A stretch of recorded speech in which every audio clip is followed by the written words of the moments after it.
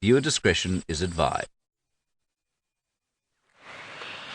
It's still raining here this afternoon on Djuma, and the animals are rejoicing, somewhat soggily. This is Safari Live. Ready.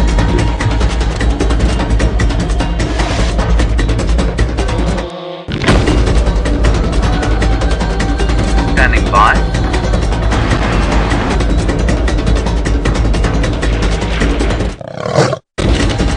5, 4, 3, 2, 1. You are live, you are live. And a very good afternoon to all of you, and welcome on the Sunset Safari. My name is Jamie. This afternoon I have the amazing Brian back on camera with me for the first time since I've been on leave, and very appropriately, somewhat dimly. No, the thumb is hidden in the darkness.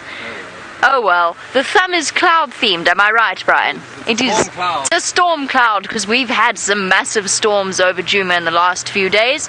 It has been marvellous, and if I had to guess, I'd say we're probably somewhere in the region of about 25 mils since the storm started yesterday evening. Some of the Sabi Sands have had 90 mils, though it's been truly marvellous. Now, for those of you that are joining us for the first time and for whom this means very little, you are on a live safari from the heart of a place called Djuma Private Game Reserve in the Greater Kruger National Park area of South Africa, and we are on our way to see the lions that this morning pulled a very sneaky maneuver on me. I sat with a buffalo herd for almost half an hour this morning, then I left them, and then the lions popped out and caught one. So I'm trying not to take that terribly personally. It is the joy of live safaris. If we could predict everything, then it would all be terribly boring, and it's definitely not something we want to be, is boring. Because this is live, it means that you can also ask your questions and send through your comments, and you can do that on hashtag Safari Live on Twitter, or you can email through to questions@WildEarthTV. And let us trundle along towards those lions. Before we get into the excitement of the lions and the excitement of some interesting explorations that are going to be conducted this afternoon, not to start the show on a sad note, but to just mention that one of our very long-term viewers, Dee, has passed away, and our thoughts are very much with her family and her friends at this very sad time. She was part of the Wild Earth family. She's been watching for many, many years, and we are thinking of her, and we are thinking of her entire family. It's very sad. Dee was very, very kind to me when I first started, and I made mistakes, and I got shouted at, and I got people riled up, and Dee was always incredibly kind and incredibly supportive. So she will be very much missed. And on that sad note, I know that these live drives brought Dee much joy. Let's go and find some joy of our own in this driving rain. This isn't really drizzle, is it, Brian? It's not so much drizzle. It's rain. So while we go and find the lions in the rain and see whether they're having a soggy lunch, let's go over to James, who's got some exciting things planned for you this afternoon. Hello everybody. Yes, for those of you who watched the pre-show, you will see that I am now very happy. Yes, because Africa has blessed us greatly and richly today with a lot of water coming out of the sky. Do you feel blessed, Viam? Viam feels very blessed, and he is on camera today. My name is James Hendry, in case you're wondering who this fellow waffling at you in the middle of a Scotch mist is. Yes, that is my name, and I would like to hear from you during the course of this drive. Viam, over there we have a hinged terrapin. Not a hinged terrapin, in fact, the marsh terrapin. And please do talk to us, hashtag Safari Live, questions@WildEarth.TV. Now this terrapin, I'm sure this is probably the same one, not exactly the same one, but the same species you've just seen with Jamie. They come out into the puddles, of course. And the others, the serrated hinged terrapin, they like to live in more permanent water bodies, and apparently are easily distinguished by the whiskers that they have coming out of the bottom jaw. This one has no such whiskers and is much smaller. He also smiles a bit more, don't you think, Viam? Yes, right. Now, the exciting news of the day is not that it's raining, that is becoming less and less exciting by the minute. it is exciting because we are going terra incognito to the south. We're going to Chitwa, everybody. We're going to explore a new reserve. Now, this is because we have managed to negotiate ourselves some traversing there. So we're going to go and see how much signal Rusty can muster there. And if we do go a little bit of black screen here and there, well, that'll be why. It's just because we're not sure how much signal we have there, and that will be modified during the course of the next little while so that we can take full advantage of Chitwa and the extra sightings, hopefully, of Tandi that's going to provide for us, and perhaps also the Styx Pride. They're often on Chitwa, so that would be great. So I think it's probably about, if I'm not mistaken, about 300 or 400 hectares of land, which is about, multiplied by 1,500 acres or so. There is another Terrapin that I'm just driving carefully over. There we are. And they're all coming out of the puddles, you see. And so that's very exciting stuff. We're going to go down there. I'm not sure, like I say, how much signal we're going to have, nor am I sure what the weather is going to be like there, but we'll see. But before we get there, you're going to say hello to Stef, and before you see me next, I want to check in on those magnificent bullfrogs that Taylor had this morning, and so I will see you at the frog pond shortly.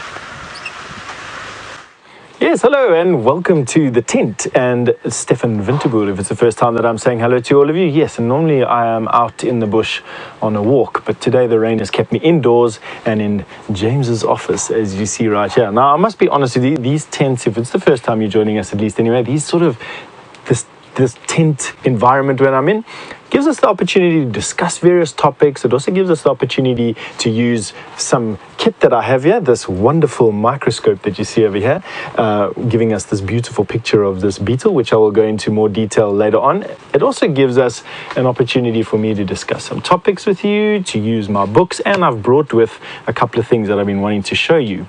I haven't been on screen for a while, and it's because I've managed to take some time off with my family, and I brought back something fantastic to show you and share with you. And this tent obviously gives us the best opportunity to do that. So don't forget, you can speak to us. You can use the hashtag Safari Live on Twitter, and you can also send us an email via questions@WildEarthTV, and whatever is most relevant to the topic that we have going at that particular time, we will talk about. But obviously the excitement for the afternoon is where James Henry is heading off to, and that is because traverse out here, or land that you can drive on, is, how do I say, it's a commodity. And the more traverse you have up to a certain point, obviously, the more animals you have in any particular area. Now, for our long-term viewers, Chitwa is a key portion of the Sabi Sands because it is a large area of where Karula, which is one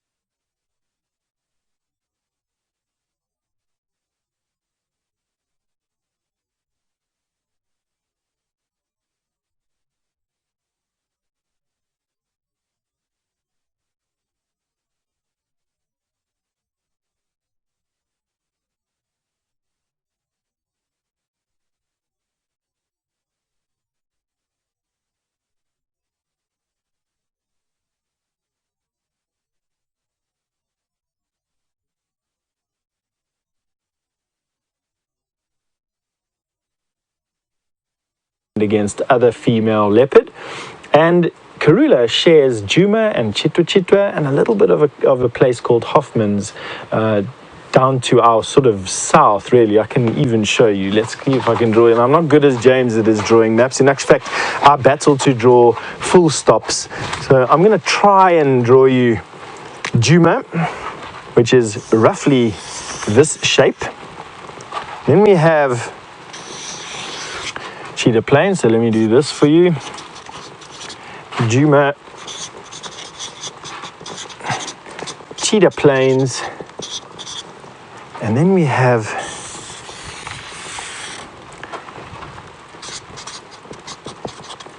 Cheetah. Absolutely lovely place to go and visit. They're a commercial lodge. There's a main road. Here's where Gowrie Gate is. So let me do my impression of a fence post. Gowrie Gate. This is the main road. We have Arathusa off to here, where we also traverse. And this is a road called Triple M. And we quite often drive past here to get to Cheetah Plains. But now we're going to be able to explore this area this afternoon. Hopefully, we will have about 75% coverage with signal, which is what we're hoping for. Of course, hoping and reality are two different things, so that's what James is going to be testing throughout the drive, and that's what we're so excited about. Not only is it new pieces of land, but it's also a chance for us to test how far our current setup in terms of getting signal to you goes. It's a chance to see new things. It's a chance to see where Karula is potentially hiding those two cubs of hers, and of course to see her more often. That is one of the keys. Her territory probably spans, if I were to guess, something similar to this. Now in the Sabi Sands, in this particular area, you're looking at about 2,500 hectare for female leopard. I'm not going to try and attempt to draw a leopard, but you're looking at about 2,500 hectare per female leopard as a territory, and they actively defend that, and that is what we are hoping to achieve by having a little bit more traverse to walk in. Not only is it the leopard, but it's also lion and everything else, and we're just gonna have a bit of an adventure this afternoon. But without further ado, why don't we go and see what Jamie's up to. Save for later. Now everybody, we have arrived at Frog Pan, just down here. This is where Taylor had that astonishing sighting of the bullfrogs this morning, one of whom unfortunately was dead, and much deader once I had finished with it. We dissected it in the tent this morning, in case you missed it. For those of you who are a bit squeamish, you'll be very pleased that you missed the drive this morning. For those of you who are not, you'll be deeply disappointed not to have seen the liver, heart and lungs of the bullfrog. I think it was in here, wasn't it, Viam? I'm just going to be quiet and see if we can hear them going.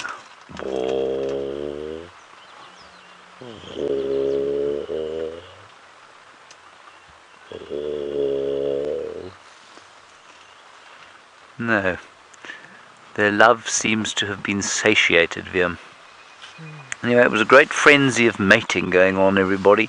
Well, it was quite frantic, in fact. There was fighting, there was mating, there was swimming, there was general sort of chaos as the rain made them come out of the mud, which of course is where they spend most of their time, well, when it's dry.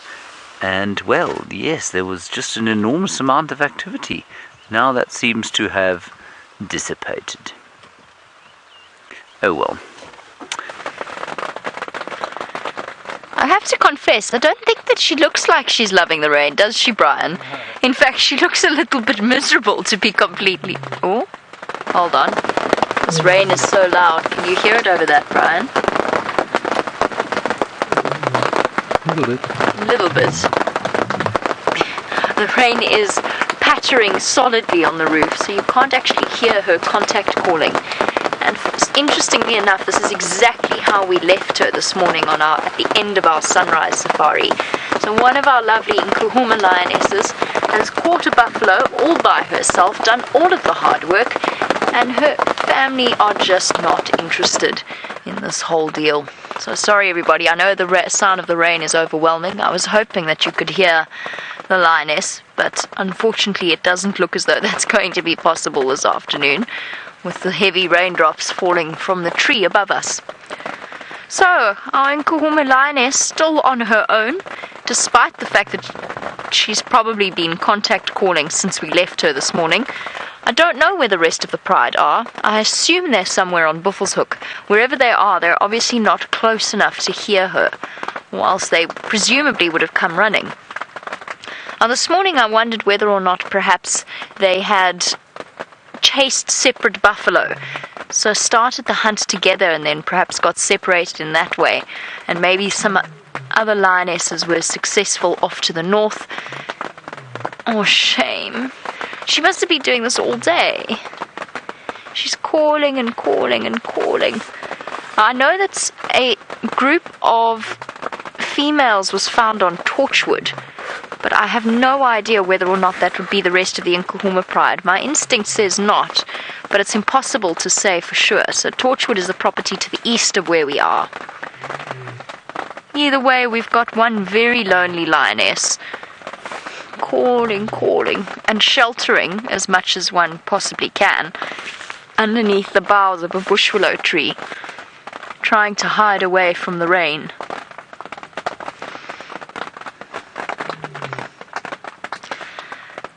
And welcome to Lionheart. While we watch our lioness calling away, you wanted to know whether or not she is one of the mothers. I think she might be. From that brief moment that I saw her, Lionheart, when I saw her this morning, she didn't look like Amber Eyes and she didn't look like the young female. And oh, that change of movement has just redirected a puddle of water. That's pleasant.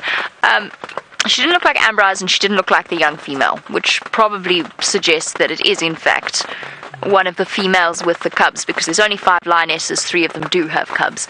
Now, I'm not 100% sure. Until she turns her face or her body towards us, we won't be able to tell. As again, where the rest of her pride are, it's pure supposition. We just have to wait and see how this situation plays out. But it's the perfect spot for us to be in, because it does mean that the rain's not coming in and affecting our equipment. It's just making a heck of a lot of noise. It's nice though. It's very atmospheric, isn't it, Brian? Cozily wrapped up under our roof. Lioness calling. Looking a little miserable, admittedly. Slightly damp. Very lonely. She's eaten a little bit of the buffalo carcass. I would show you, but it is slightly out of view from where we are here, and this is probably the best position to have a view of the lioness. But once we're done here, then we'll probably go and do a quick tour of the buffalo carcass and just see whether or not she's munched on any of it. It looked as though she'd eaten a little bit around the rump, and that was it. Roger, you say that it must have been a very small buffalo, because she did kill it on her own, and that was exactly what I was expecting. It's not, however, what she did.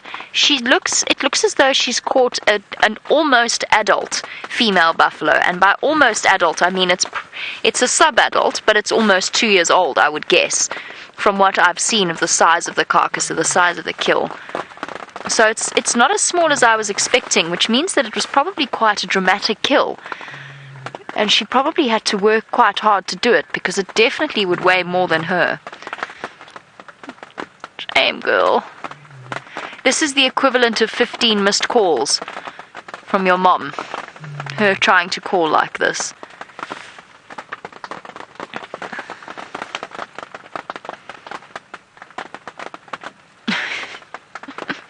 Trying to lick away some of the rain, fighting a little bit of a losing battle. It's good news though, because for our lions, after having seen the sticks not succumb to the mange, but their cubs succumbed to the mange, and the females have been struggling against it, and then of course the Nkuhumas cubs got mange as well. It's really, really lovely to see this rain, which will hopefully help to control that parasite. So, while we sit with our lovely lonely lioness and wait to see whether or not her family rejoin her, let's go all the way to the south to Cheetah. Never thought I'd say that.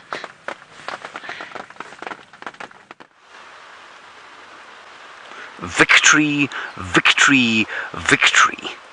Just 200 meters, 440 feet onto Cheetah, there is a waterbuck, standing ironically in the rain. It's actually a really nice picture, that. It's not the brightest African picture you've ever seen in your life, but it is quite a pretty picture. And he's standing there on the termite mound advertising himself, and he's not standing there only in the rain, of course. He is standing there because there is a fairly vast water body over there. In fact, I've just seen somebody jet skiing past there on it, and indeed someone on a slalom ski. I'm talking nonsense. This is Cheetah Dam, everybody, and I thought that you should come with me to explore it for the very first time. Now, Ruth, in Costa Rica, I've thought about this greatly, and I'm afraid I've failed to find out, so perhaps you might be more successful. You want to know what Cheetah means. I don't know what it means, Ruth. It doesn't mean anything that I know of, but I'm sure we'll find out its origin as the weeks go by and we enjoy our new traversing. Nice clearings we have here, which of course VM can't show you. Well, there you can show you a little bit of them. This is indeed a vast array of water bodies in front of us, everyone. Nothing going thirsty on Cheetah.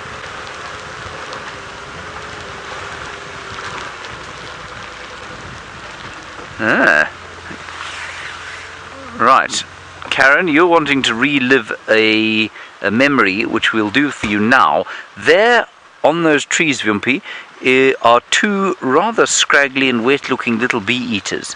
Not those trees. Off to the left-hand side, yes, there we go. Most of them have died of old age now. There's one left. There it is, top left, up a bit. That's him. Look how miserable he looks. And I think that's a juvenile. Looks like a little youngster. Now, Karen, you were saying that in 2007, the Mapocho killed or had a conflict with what was then the dominant Nkuhuma male lion. Now, the Mapocho, of course, created havoc here, and I'll tell you why they got their name shortly. But they killed a lot of lionesses, many males as well, as they came marauding through this area, a little bit like the Birminghams did, but they had an even worse effect on the lion population back then. And that was way back in 2007. And apparently, Karen, I had certainly never been up here by then, but you say in 2007, this is where some of the action took place.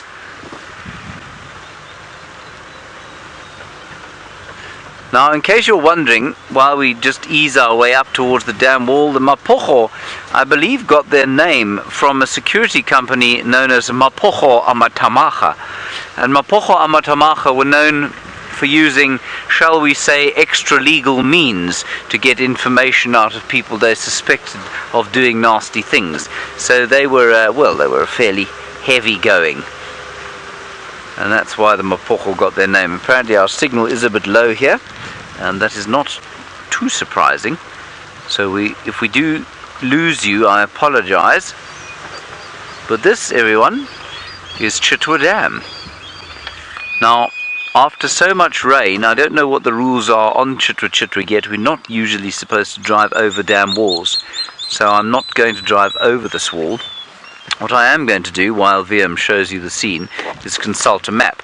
Now, unfortunately, consulting the map is difficult in the rain on account of the fact that, the geniuses at Apple have yet to make a waterproof electronic device.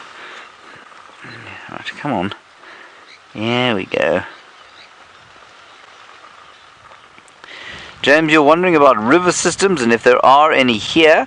James, the one river system that we will be able to sort of traverse is that of the Molwanini, where Thandi spends quite a lot of her time. So yes, in that respect there are absolutely some dams. I don't think we're going to be able to go further than this without going over the dam wall, which I really don't want to do because we've had so much rain. So we're going to have to turn around and we'll go around another way. That's not a problem. So I'll just go a little bit further down and then turn around. I don't want to cause an international incident on our first time here, do we, Viam? Yep. No, we don't. But there is a hippopotamus there, so we'll have a look at him first, and then I'll turn around. Do you see the hippopotamus, Viam? I will now turn so that you can view him. There he is. Now, quite often in the mornings we hear their sound. And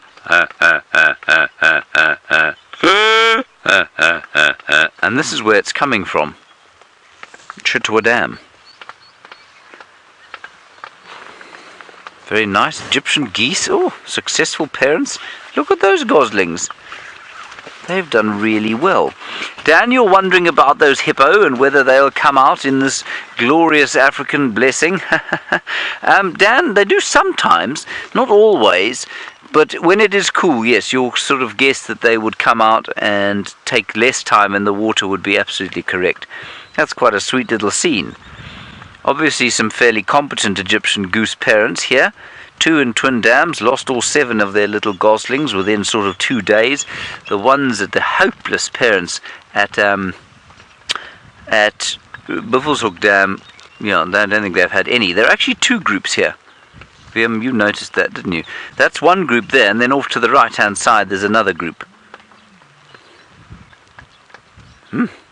Well, if anyone wants to know where the Egyptian geese of the Sabi sand are coming from, this seems to be the place, Cheetah Dam. Right, we're going to turn around now on this little concrete causeway in front of us. Hang on a second. Sorry, 1 second, Kirsten, if you don't mind.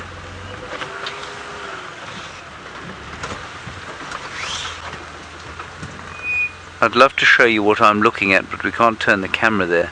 I just saw some flashing white that looked like wild dogs. There? No, they're birds. They just look like wild dog tails. Alright, let's head across to Stef while I turn around and find another way around this dam, and we'll catch you further down to the south in Cheetah. Isn't it quite nice seeing those hippo inside that dam? I must be honest with you, I've been seeing their footprints out on bushwalk for the last couple of months, trying to thread my way through the freshest of them. And I'll tell you what, those hippo have been moving onto Djuma for the last couple of months to come and make use of the grass, the leftover grass that we're here. And out on bushwalk, the thing that you don't want to encounter more often than not is a hippopotamus. And it's quite nice to see the hippo and in my mind associated with the footprints. I must be honest with you, it's just one of those things where you see often and you try and picture these animals and what they look like and what type of characters that they have, and to see them in the dam is actually quite nice. I'm looking forward to exploring their characters over the next couple of months. And hippo are very characterful, if I can put it to you that way. I found that bull hippo, in my experience, have either quite precocial behavior. They'll come out of the water, they'll display at you, they open up their mouths and they thrash about, sometimes even doing full circles and spinning around on the side, or they're just quite surly and they sort of sit with their eyes and their ears sticking out of the water, waving them from time to time with their group of female or cows that they have around them, and babies, of course. So anyway, I'm looking forward to that. One thing that we have got on the table here to show you is a praying mantis that landed here, I think, when we opened up the tent just now, and has been making use of a water drop that must have fallen off either myself or Jean-Ray when we came down here, and has drunk pretty much the whole drop. but not like you'd think, not by putting its face on the floor, but by resting its 4 limbs on the ground like that, picking the water up and then licking the water off of the limbs, just like what you're watching over there now. Isn't that incredible? So there you can see a little bit of a glimmer of water right where the mouth is now. The praying mantis has sucked up the water with its mouth parts, giving us almost a unique view of its mouth parts there. We're going to try, and it's just at such a bizarre angle. I'm going to try and get you. Let me see if I can use the light from the microscope, giving you a little bit more light here. No? Is that helping, genre? Not? Confusing things? Yeah, that helps. Thanks. There we go. I'm using the microscope's light to give you a little bit of a better. We're now looking at its eye. And you can see its eye is made up, it's a compound eye, so it's made up of hundreds of small eyes. Now you can see its other legs turn of drinking up the water. So it's rested its other arm, forelimb, on the wet spot on the table and is now busy eating up. I wonder if it's not sort of, I don't know what the term is, I suppose,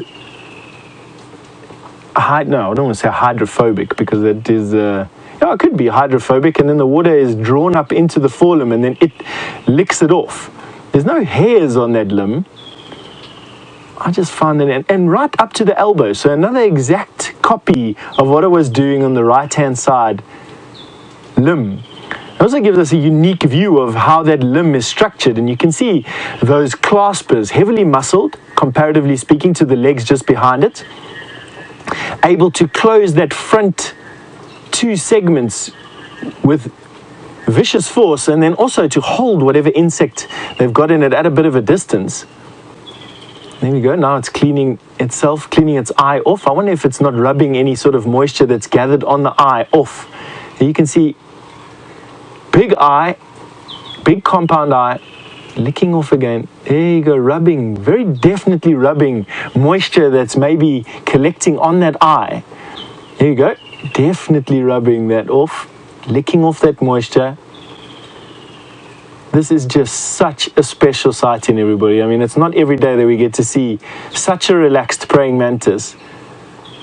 Now what's happening? What are you doing? Let's see what next marvel is going to come from this particular praying mantis. That in the background there is my hand. This praying mantis is no bigger than an inch, to give you an idea of how small this praying mantis is. I'm going to try and get the light there so that we've got a little bit more light on our subject. And that's all I can give you at the moment there, Genre. How's that doing? Now you can see the top of its head is 2 eyes, 2 simple eyes on the top of its head. 3 actually. 3 simple eyes just behind the antennae. They're in sharp focus in the middle of the head, with the 2 very large compound eyes now on either side of the head that give it an almost 360-degree ability to see around it. Obviously, the benefit of a compound eye, although it cannot zoom in, like it can't focus, in other words, on an object closer or further away. So it's in a constant field of focus, a set field of focus. Because there's so many eyes clustered around the head, it can give it a very, very wide field of view, almost 360 degrees. I would probably vouch that it is 360 degrees. And what you are seeing, I'm hoping that we can see it again, is at any point on that compound eye, that large eye on the terminal ends of its head, you can almost see the optic nerve in the background. It comes out as almost a pupil. It looks like a pupil, but it isn't. There we go. Oh, look at that beautiful view there. For all of you that have quick on the draw with your screenshots, you're not going to get a much better view of a praying mantis's head. And it's once again just licking off the moisture that's collecting on its head. A lot of insects have this ability of collecting whatever available moisture is in the atmosphere, and we're seeing a prime example of this at the moment. This praying mantis is not standing in the rain at all. It's making use of the very high humidity in the tent and in the air at the moment. They have the most amazing ability of, most amazing view of this. Now, a few of you are asking if we could put the microscope view on. We absolutely could. So that's what you're looking at there is the microscope. I'm going to see if I can get it into focus for you. Let's do that. There we go. So you're welcome to have a look at that. That is now on the other side. What we're looking at there is the compound eye. You can absolutely see the many different eyes made up there. Many different facets with those the three single simple eyes that are used for orientation when it's flying around. Just have a look at the colors. Wow. And those spikes there, giving us a unique view almost of what the last view would be of most of its prey is, as the stick that it's sitting on reaches out and stabs it through the head. Now, praying mantises have a nasty reputation. The females are known to eat the males after the male has fertilized the eggs, and that is quite a horrific thing, but it's only the adolescent or immature males that venture too close to her that she will eat. Most of the adult males will not get eaten. They'll be able to hold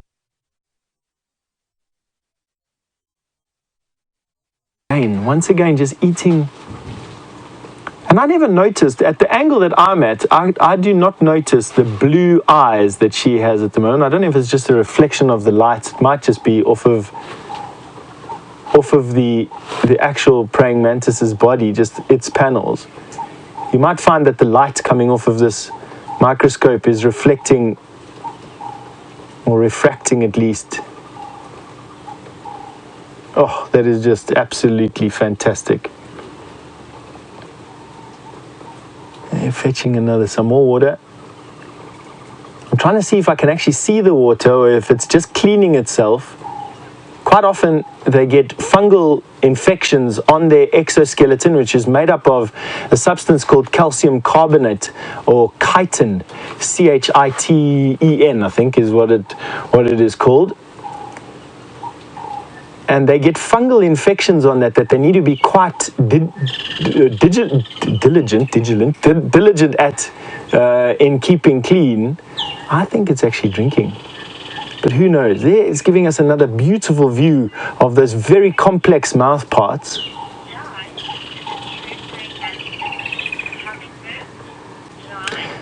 Di, you've asked me if it's true if praying mantises eat hummingbirds. Wow.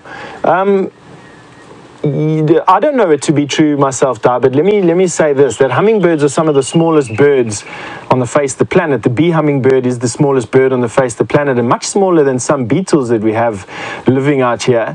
And you get some giant praying mantises, or mantids. And so I want to say, while I don't know it to be true, I will say that it's feasible.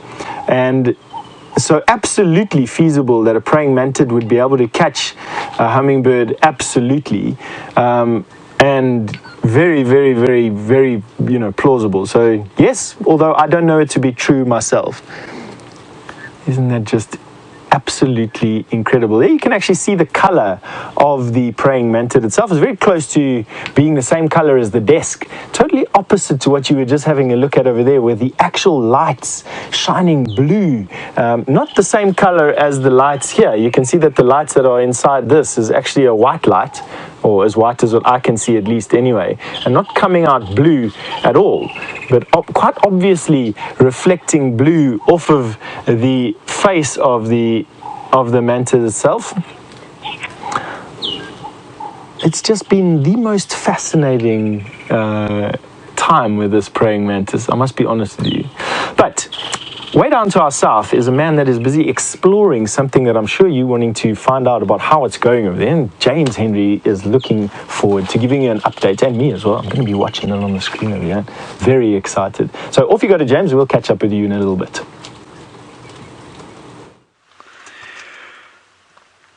Nyala. They have Nyala on Cheetah as well, everybody. Can you believe it, Viam? I wasn't expecting that either. Now, we were asked earlier, we were chatting a little bit about the rain and whether or not animals like to come out in the rain. Of course, Nyala generally live in relatively thick bush because they browse, they don't graze. and you can see that they are very thoroughly wet through. They will be cold and they won't be enjoying it. Thank you, VM, for that warning. That's very kind of you. Oh, mongoose. And behind them, not the mongoose, behind the Nyala was some impala, and they've very clearly now started to come out again, as I thought they might. The mongoose is in there somewhere, a small dwarf mongoose. Not like you can ever get a big dwarf mongoose. And that was a very nice torchwood tree that an elephant has pushed over. Oh, there they go. Every time I start the engine, they run out from a little burrow underneath there. Anyway, let's just go a little forward and we'll turn the vehicle slightly. It's quite tricky getting you a view of things here because, of course, VM has got a limited angle. Can you see in there? There we are. You can see they're thoroughly wet through. Now, these animals are not very cold resistant on account of the fact that it never really gets cold here. And so after a few days like this, I think they probably become quite stressed. And this certainly looks to me like it's going to be some frontal weather that's going to hang in here for quite some time. And so I think you'll find the animals will be very pleased when the volcanic heat returns. Okay, on we go. Oh, hang on. Apparently there's some elephants at the dam. Shall we go and look at them, Vim? I think we should. Cindy from Tennessee, I'm afraid I missed your question. Let's go and look.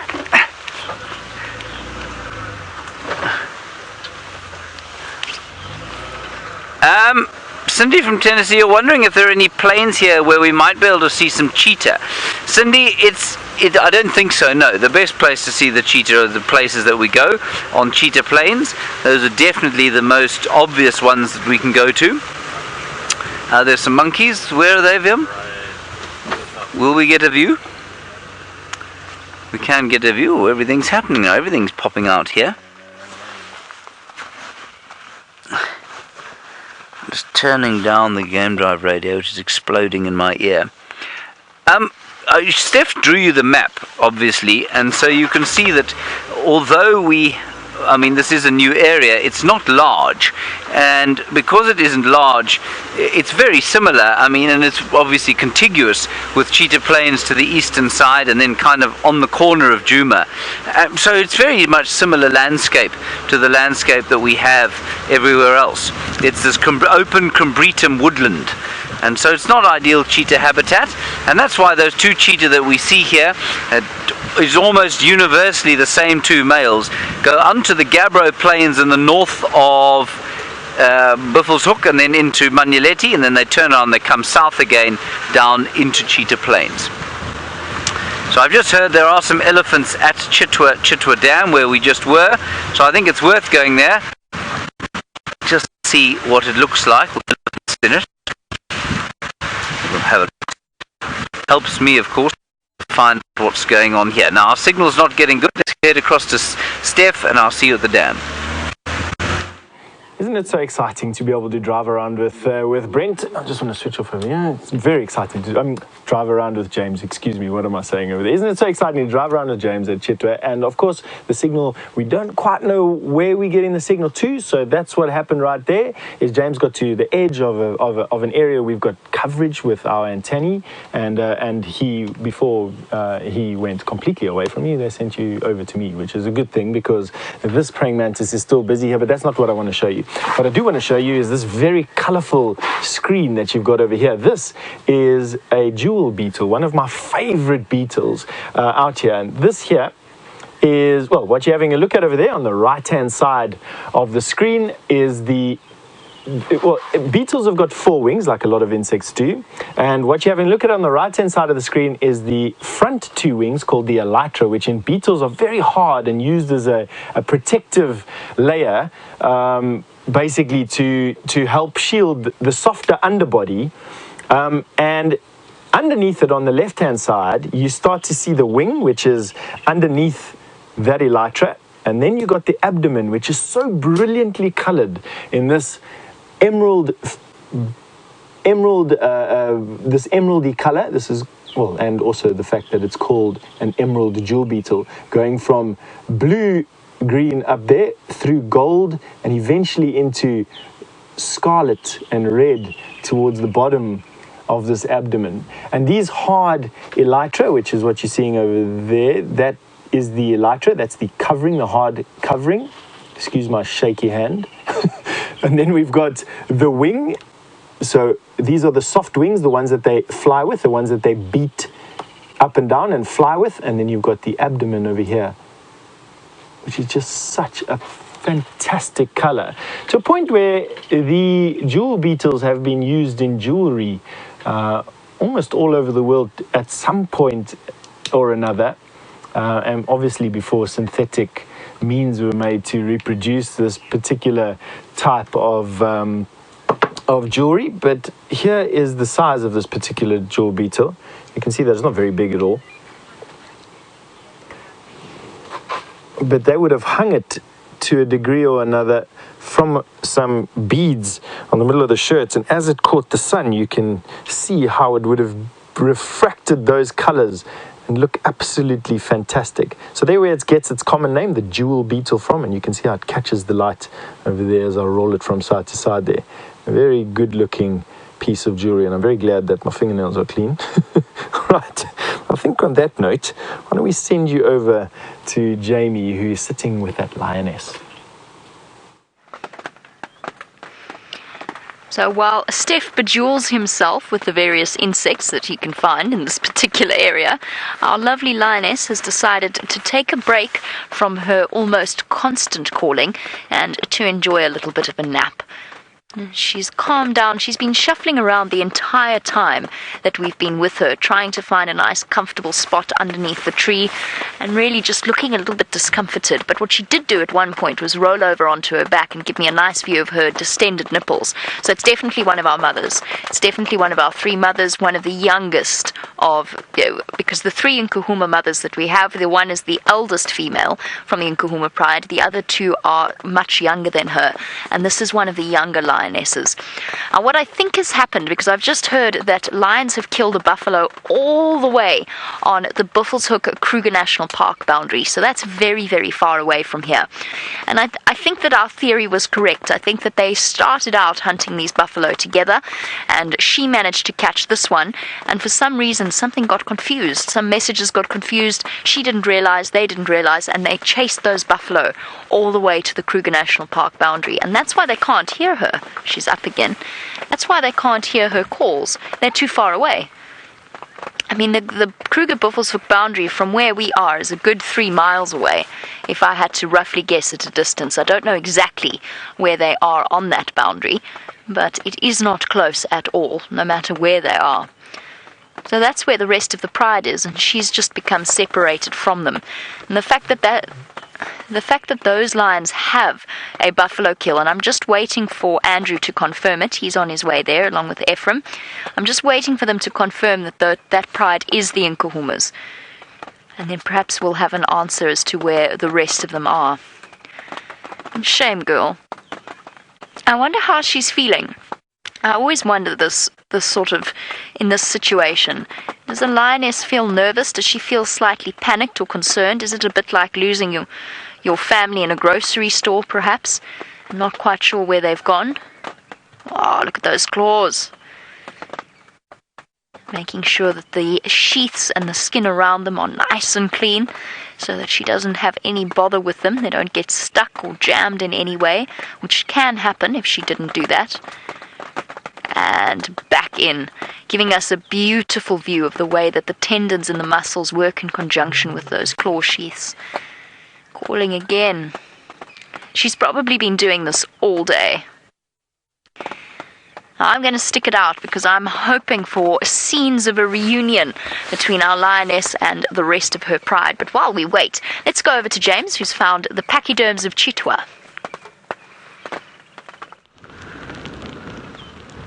So we're having a rather wonderful time here now on Cheetah Plains, on Chitwa, not Cheetah Plains, and just opposite where we were with the Goslings and the hippopotami. So the elephants have come down and they're having a little bit of a drink, and now they're moved off from the water and they're having a bit of a graze. And really, I mean, although it's a bit bleak, that is quite a nice picture. The grey and the green and the mist coming in, it's really quite attractive. Gorgeous.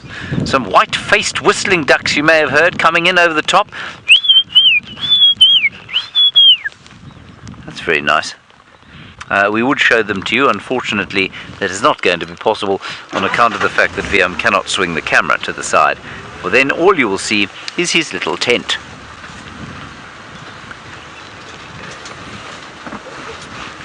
Right, let's get another look at these elephants. Just going to wait here. They're looking a little bit uncomfortable.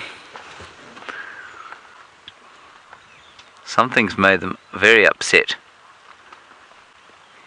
And I don't wish to be the recipient of any misplaced aggression. We are a good distance from them. Now, they've just created that sort of defensive phalanx that they do, because something's made them feel threatened, and it seems to be, I don't think it's those two vehicles, because they're not facing those two vehicles. So it may be a scent on the wind, perhaps a lion, perhaps Viam's aftershave. Viam, have you got a new aftershave? I haven't shaved in months. You haven't shaved in months, so that's definitely not what it is. But you can see they quickly, the big ones came to the outside, the little ones went to the middle, and they formed what I would only describe as a defensive phalanx, where they were ready to move as one. Now one of them seems to be eating again, so she's not very worried at all. And all the while the rain keeps to gently pour down, blowing in from the southeast, which of course is what frontal weather like this does. It's getting harder now.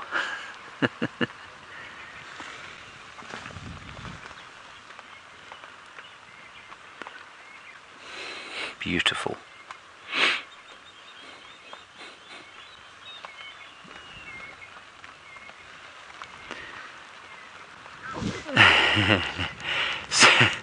Cindy, you've asked me a completely unanswerable question in some respects, semi-answerable in others.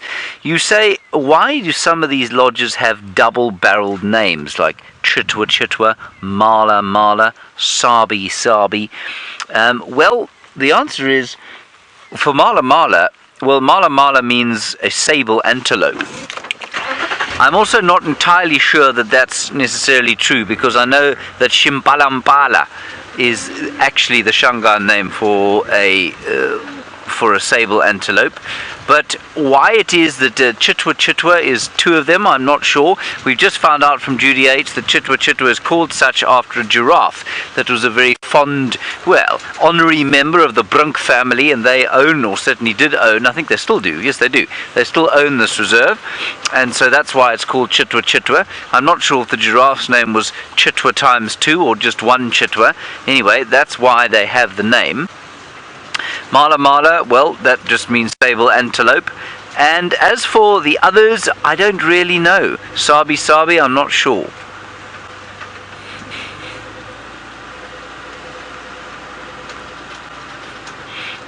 Now, there's still a little bit of uneasiness about these elephants.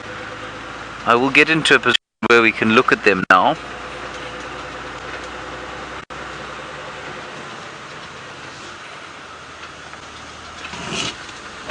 There we go. I know we seem to be seeing the back end of them most of the time, but that's quite a nice scene of them walking through the marula trees.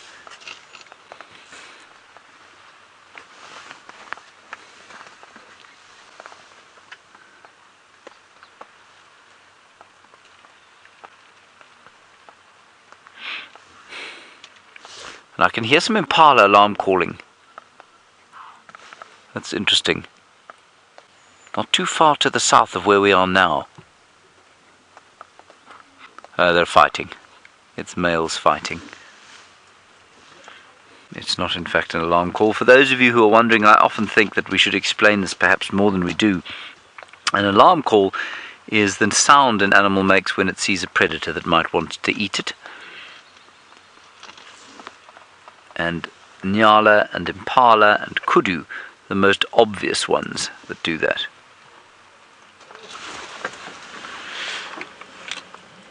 Alright, there are apparently a few people that want to come into the sighting, so we're going to head off and carry on our exploration. That was a very nice sighting of this little herd of elephants. And we'll see what else we can find on our way through Cheetah.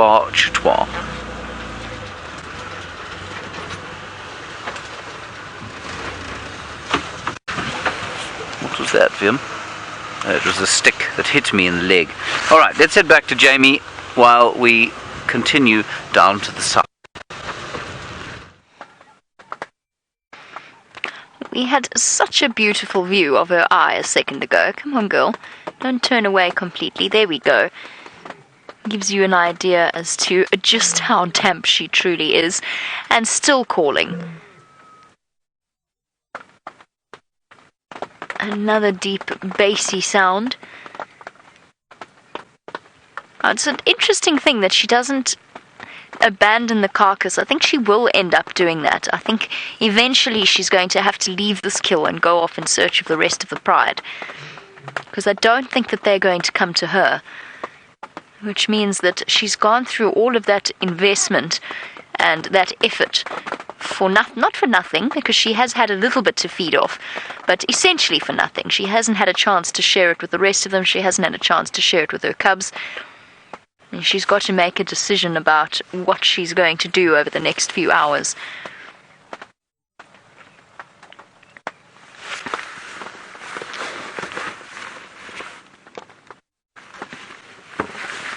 Sorry, I'm just listening to what's happening on the Game Drive channel about the leopard that they've found. I'll let you know more when I hear more. Now, while we look at our somewhat sodden lion, Annie in California, welcome to the Sunset Safari. It is lovely to have you on board, and it is lovely to be sharing the sighting with you. Annie, you want to know if the rain will help with the mange. Absolutely it will. And for our Nkuhumas, although apparently while I was away, the Nkuhuma cubs started to look a little bit scruffy again. With the Nkuhumas, I think they were never in any major danger from the mange. I think that was going to pass on its own naturally. But for the sticks in particular, since it seems as though that's been passed on to those two little cubs as well, the two new cubs, this rain is an absolute blessing. And it's going to do them tremendous good in terms of helping to wash away those mites and making it very, very difficult for them to bury themselves into the skin of these animals. Now that's happy news. This rain is good news for everything and everybody. It certainly is going to make life a little bit more difficult for our big cats, particularly our lions, because the buffalo are healthier, they're stronger, they're fighting back, they're not as easy to catch as they were, and they're much more spread out. As you know, because of course up until this morning when we saw that buffalo herd, it had been a very, very long time since I'd last seen a buffalo on Djuma. They were all very scarce. They'd moved off into different areas. So whilst the prey is much more dispersed and they have to work a little bit harder, I think the fact that it's going to wash away, or hopefully going to wash away the mange, I think is a tremendous blessing for them. Hey girl. Hard to tell if she's showing any signs of mange because she's so soaking wet and slightly grubby from that buffalo. She looks the picture of abject misery, the poor thing. Curled up, lonely, underneath a tree, damp, cold. She really does. She paints quite a sad picture. But she will be fine. She will find the rest of them, I have no doubt. I wondered about that as well, Lael. It's interesting that you and I both had the same thought. Now, Lael was wondering about, while we're watching her call constantly, Lael was wondering, do they ever get hoarse from calling like that? Do they get a sore throat and feel as though their vocal folds are feeling a bit overstressed and overused? And the same thought occurred to me, and then I thought, well, no, probably not, because it's such a soft call compared to that amazing raw sound that they can make and are capable of producing. And their bodies are so incredibly well adapted for that sort of sound, with the suspensorium in their voice box, that muscle connecting it all the way down to the diaphragm to pull it down and deepen the sound. And they're very well adapted to it. But they generally roar every couple of minutes, maybe once or twice an hour on a normal evening. If they're feeling particularly territorial, they don't constantly call. I'm not sure. I really don't know whether or not they start to feel hoarse or as if their voice box is getting their throats a little bit sore. We certainly would if we roared constantly or called constantly, although I suppose somehow between all of us we manage to talk for roughly 6 hours a day, and we manage, but it's not quite the same, is it? I don't know. Interesting. And we may never know, actually. It is be very, very difficult to find out. And on that note, I mean, I was just talking about this with Brian, talking about the fact that there is so much that we don't know that goes on in their minds and in their heads. What is she thinking of right at this moment? That is what I always find so exciting about being out here, is that we've really, the intensive study, the proper intensive study of the animals and their behavior in these areas, that's only really been done in the last 100 or so years. Let's say that, particularly for these sorts of animals. Imagine what else we're going to discover and what else we're going to learn as our knowledge of them deepens. The more we know, the more we're going to realize there is to find out. It'd be fascinating to know and to study and to learn. And I'd love to sort of be able to anticipate what's going to happen in the next 50 years or so when we've learned more about big cat behavior. It would be amazing in my lifetime to find out what we learn about these fascinating creatures. Not just lions, although lions is what got me thinking about it, but all of the creatures out here. Because the only thing I know for absolute certain is that we definitely don't know everything. And we definitely don't know what's going on in their heads all of the time.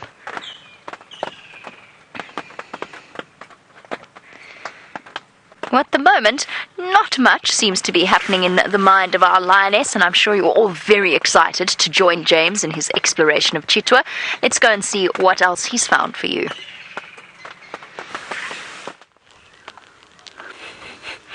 I'm not sure that anything much has ever gone through the mind of a lion, to be truly honest with you. Anyway, we're still here with these elephants. We came around the other side of the dam. One of the other vehicles pulled out, so we thought we'll just pull back in. And the elephants moving slowly towards the north, and they're now having a good feed. And that tree that you can see in the background there is, to me, unidentified at this stage. I don't know what it is, so we're going to have to come back here and do a bit more investigation when there are fewer elephants trying to eat the bits of it that are coming from the ground. Isn't that interesting? I don't know what that tree is. I'm pretty sure I haven't seen one here before, but we'll figure it out as time goes on. And this, of course, is what's so much fun about coming to new places.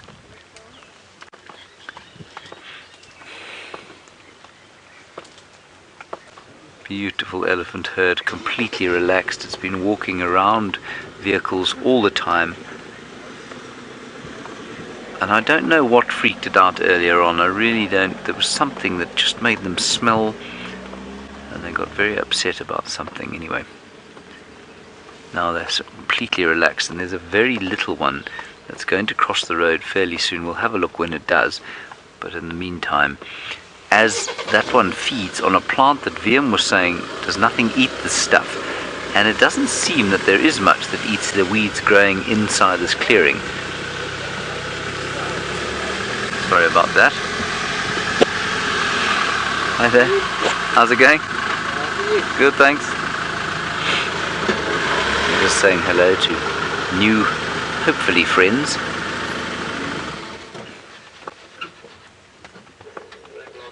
Sorry, back to those weeds, that's right.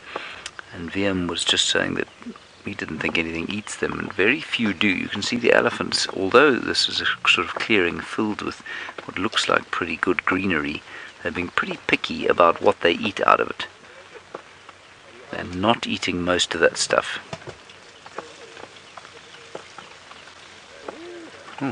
VM, you're missing the action here. That elephant there just let go, probably, and I'm not joking here when I say, I'd say about 25 litres.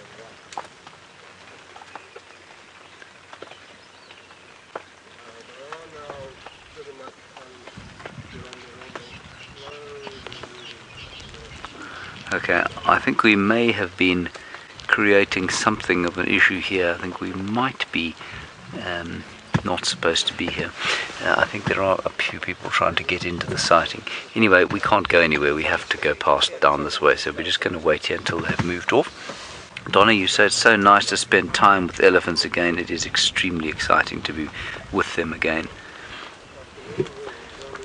We'll probably have a very slight grace period, given that we don't really know what's going on here at the moment.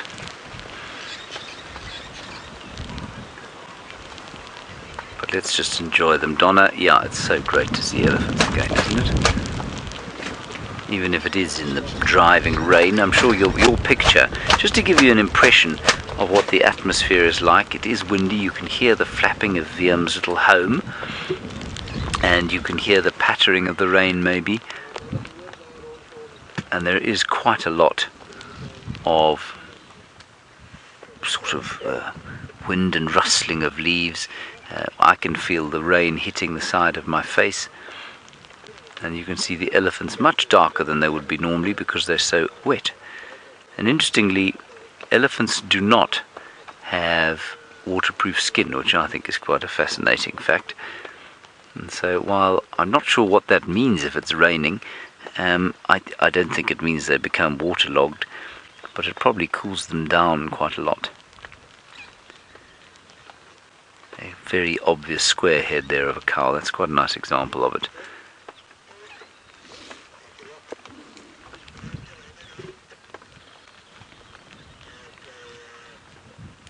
Alright, let's head straight across to Stef, and we're going to head on and carry on south. Sorry, I'm just listening to the game drive radio. Let's go straight across to Stef. Isn't that just a lovely elephant sighting with James? I must be honest with you, I've been enjoying seeing these elephants in the rain. Myself and Jean went for a run in the rain this afternoon, and I must be honest, it was absolutely fantastic. In my mind, over the last year, all we've been running around is in heat and the dust, and today running around in a soft drizzle with the clouds very, very low, the bush absolutely wet and silent, dripping in some places. It was just an unbelievable experience, and I was just being quite nostalgic looking at those elephants in the rain. It's lovely to have rain here, and hopefully long may this carry on for us in this wet season, so we can replenish some of the water lost during that horrible drought last year. But something that I've got to show you over here is a collection of 3 things that I've just, well, 2 of them I got out of the bush right now. This I got out of the bush, this I got out of the bush, this I brought back from a holiday for you. And when we started the show this afternoon, I wanted to tell you about this particular thing. This I affectionately call the bubblegum bush. It is about the size of a baseball, or just larger than a tennis ball. That is its ripe color, and that is its unripe color, and it is, I call it the bubblegum bush. It is the most unbelievably weird smell, unexpected in the bush. It smells exactly like a piece of pink bubblegum. I don't know, wherever you are in the world, I'm sure that pink bubblegum smells very similar to pink bubblegum everywhere, but this smells like pink bubblegum to me. It is the most unbelievably awesome smell. Very sweet, and you can make it a bit warm, and it smells even better. Now, what this is a green or a spiny monkey orange. Now, we have a lot of monkey orange out here. You would be very familiar with it. It's the scratchy bush that scratches past the car when we are going over the sandy crests in the Sabi Sands. It makes an unbelievable noise. Nothing really eats it out here, and it's because it's quite toxic. The skin, the green skin over there, and the seeds contain strychnine, and of course strychnine is very dangerous to us. It takes no more than 0.2 milligrams of strychnine per kilogram of person to become fatal for us, and so this is one of those fruit that you've got to be really, really careful with. But it is also known as one of the lost fruit of Africa. It has got so many uses, this particular tree and this fruit. If you had to chop open this fruit, and you'd find inside there was this lot of seeds, quite compact together, and around the seed is a thin layer of very, very tasty fruit or flesh, and that is highly valued amongst the local people all over Africa, in actual fact, southern and eastern Africa, and so much so that this fruit in this current form, you don't really find it. The local guys hunt down trees basically and harvest this fruit before it even gets to this point. They even bury the fruit and keep it for months at a time and use it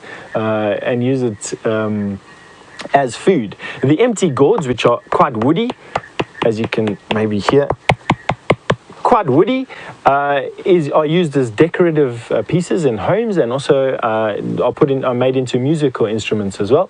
And then the bush that it comes from, in its tree form, which happens outside of the reserve more than it happens inside the reserve, are used to grow fighting sticks. So traditionally out here, young men engage in fighting with sticks, and the stick that they use comes from this tree. So a tree held in a very high regard out here. In actual fact, even when fields are cleaned and cultivated, they don't chop out these trees. These trees are one of the trees, along with the marula tree, that is kept because of its high value to the local African people, and one of my absolute favorites. And I'm saving this for Herbie, so I'm not going to open it. I've promised that I'd find him one, and I brought him back a bubblegum bush tree for him and his wife to enjoy over the next couple of days. So I'm not going to open it, but I'll ask him to save us a piece and I'll show you on a walk. The other two plants that I brought over here are something that I'd like to show you, because we're always learning something new. This is a bush that I've known for ages and known about for ages. This is an Ocimum canum, or the wild basil, and you can see that it has a very distinctive shape, and those flowering heads at the top there, very distinctive. It is also an aromatic plant, and so when you crush one of the leaves, or in actual fact when you crush a lot of the leaves, and you then roll them in your fingers and you smell them, they have a aniseed smell which turns into a sweet basil the more you smell it or the more you crush it. So very licoricey, aniseedy smell. It's absolutely fantastic. And traditionally these plants were used to ward off insects. They make for a very effective insect repellent, and what you can do is you can, for tick infestations or the larval or the nymph stages of ticks, you can beat your legs vigorously, and that'll get rid of all the ticks in the area. Or where you prepare food, and most notably where you work with meat, you can hang up a sprig, and as you're working with the meat, you crush the leaf a little bit, and the smell infuses your kitchen, in particular where you're going to have flies landing, and the flies will be chased off by this particular smell. It also works incredibly well for mosquitoes, and you can make quite a nice spritzer for mosquitoes out of it. You boil this crushed in some water. You then distill the water, or not distilled a little bit water, but you cook off the water, making a decoction as it's called, and then you can put that into a spritzer bottle and spritz it into the air, and it'll chase away mosquitoes. And of course in areas like this, subtropical Africa, chasing away mosquitoes wards off malaria. So a very useful plant. But this is something that I've known about for ages. This I haven't known about for ages. This I've seen and been walking over for many, many, many years, and I never realized that it was such an important medicinal plant across the world. This is called the Waltheria indica, and in this particular area grows in sea pines. Now, I know that this tree has been growing around in sea pines for ages, but I never knew that it was so important. And having done a little bit of research about this tree recently, probably in the last month or so, I've realized that almost every part of this tree is used. It's only been tested scientifically for two things. One is lung disease, and you can use this plant in a variety of ways for lung disease. You can make a decoction or a tea and you can drink it. You can chew the leaves and you can gargle the juice for sore throats. And it's very effective against a particular type of lung disease I have yet to remember the name for, but it is effective against lung disease caused by a type of bacteria. It is also incredibly effective against diarrhea caused by candida. And so very effective for two things, tested scientifically and used widely for that traditionally. So used for diarrhea and used for lung disease. It's also made into a general tonic for kids. And so the root and the root bark is chopped open, boiled into some water and given to kids. It's an analgesic, it's an antibacterial, it's antimicrobial. It'll help with sore tummies and painful cramps. It'll help with diarrhea. It'll help with lung disease, cough, sore throat, sore teeth. This is just magic. One of the things that I just love. I'm going to be making a lot of tea and decoctions of this on my walks over the next couple of weeks and months, so stay tuned. I'm going to make something from this and drink it. But not now. Now, I'm just going to chew on it a little bit and see what it does. But on that note, and just because Jamie's sitting with that beautiful female lioness, why don't we go and have a look at what she's up to? Our lioness is not up to much, is she, Brian? No, she doesn't seem to be too concerned. She's stopped calling, and she actually appears to have put herself to sleep once again. So she's happily snoozing away. And what I'm thinking about doing is we'll spend the next few minutes with her, and then we'll probably go off in search of other things, have a look at perhaps how much Buffelshoek Dam is filled out, and then we'll come back here towards the end of the sunset safari to see what she's got up to. I don't think a reunion is imminent, so she might spend the rest of the next sort of 2 hours sleeping quite peacefully.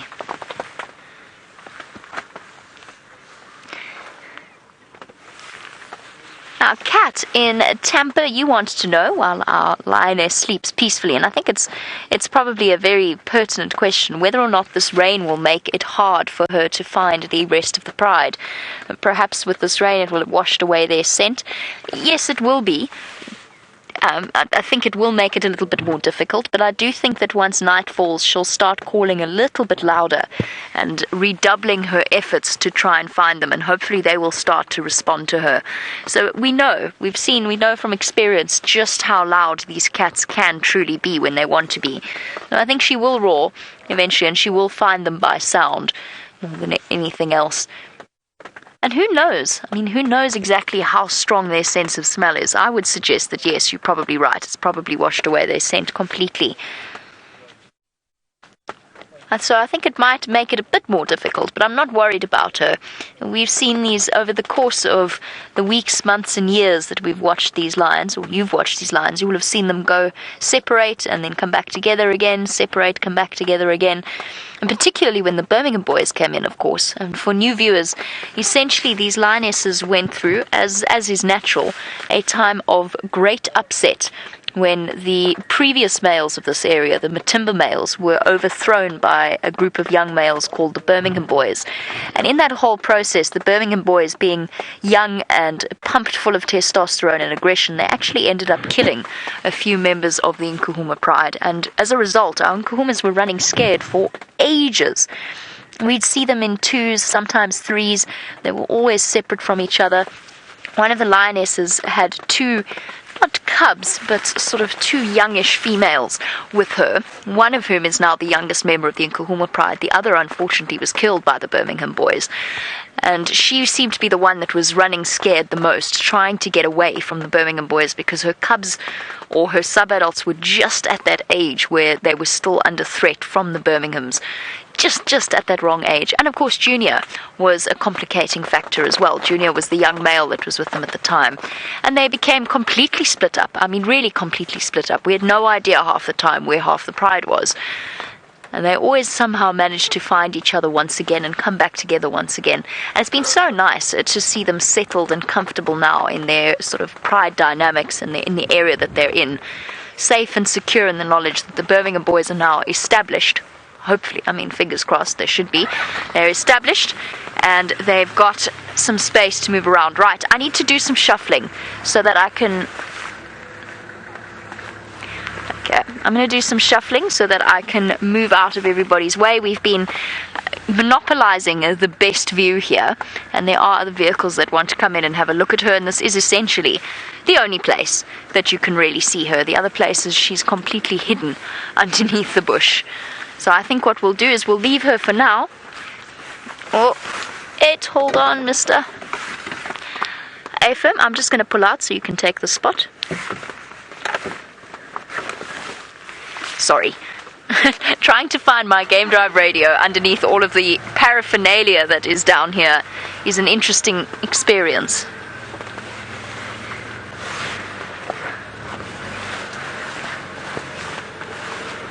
I can't see this man, so I hope that he's not on top of me. No, he's not. Can't see anything with this roof. Let's go and have a look. Apparently there are elephants. Oh! I'd rather avoid that trip. Let's just go and see what's happening at Buffelshoek Dam, because we're not too far away.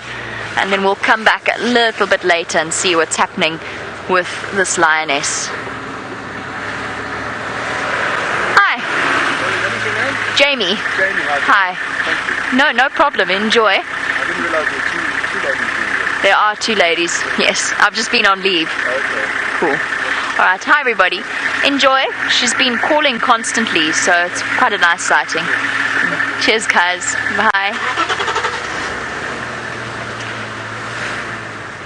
There are 2 ladies.